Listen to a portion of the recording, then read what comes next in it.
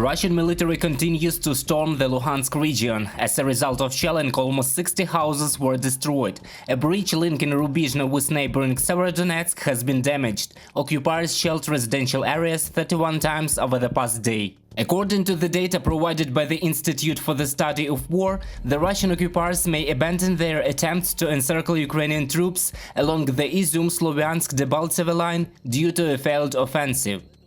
The remaining forces will be redeployed to achieve at least some success in the direction of Severodonetsk and Lysychansk. In the next few days, the invaders will attempt to launch a ground offensive against Severodonetsk or its suburbs. The situation in the region is difficult, but it is under control. The enemy attempted an offensive near Liman, but all their attempts to cross the river and advance have failed so far. The enemy has suffered devastating losses, but their attempts do not cease, and I am sure they won't stop until we destroy them completely. The Russian troops shelled a hangar in a village of Shabelinka, Izum district. As a result, 3 people were killed and 5 more were wounded. Meanwhile, the Ukrainian military continues its counterattack. They liberated the village of Petomnik in the Kharkiv region. Air raid sirens have been reported in Odessa and in the region at night. The enemy constantly threatens to launch missile strikes and tries to conduct missile attacks. The enemy is trying to conduct air reconnaissance more actively, creating a source of tension in Transnistria, simulating active activities. Sleeper agents are trying to conduct their work. Special services conduct counter-sabotage work. Also, that night Russian troops launched missile strikes in the Sumy region. According to preliminary information, no casualties were reported. In one of the villages in the Kharkiv region, the police established the fact that Russian servicemen, come to think of it, opened fire on civilians from a tank. Therefore, there is no reason to talk about any moral boundaries of the Russian military. Yevhen Yenin, First Deputy Minister of Internal Affairs of Ukraine. The General Staff of the Armed Forces of Ukraine reports that Russia is moving additional artillery units to the border areas of the Bryansk region to increase its provocative shelling of border settlements in the Chernihiv region. Russian occupiers continued launching artillery and airstrikes on Mariupol, concentrating their main efforts on blockading Ukrainian troops near the Azovstal plant. In order to establish full control over the city and suppress the resistance of Ukrainian defenders, the enemy uses strategic aviation.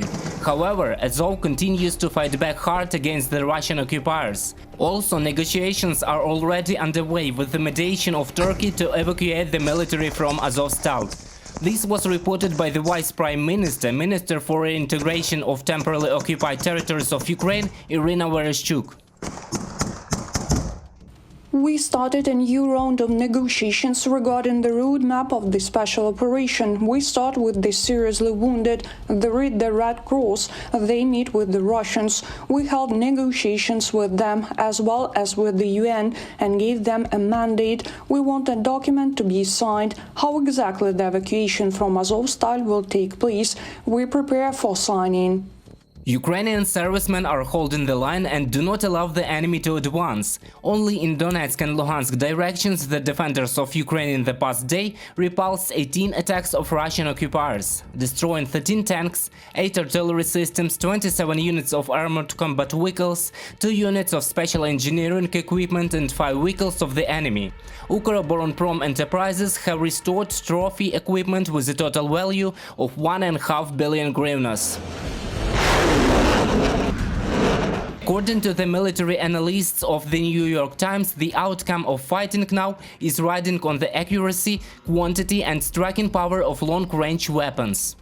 Ukraine's goal, once it obtains artillery able to match the range of Russian guns, is to move over the fields to within striking range of 2 bridges and a dam crossing the Dnipro River in an operation that could cut supply lines of the Russian forces.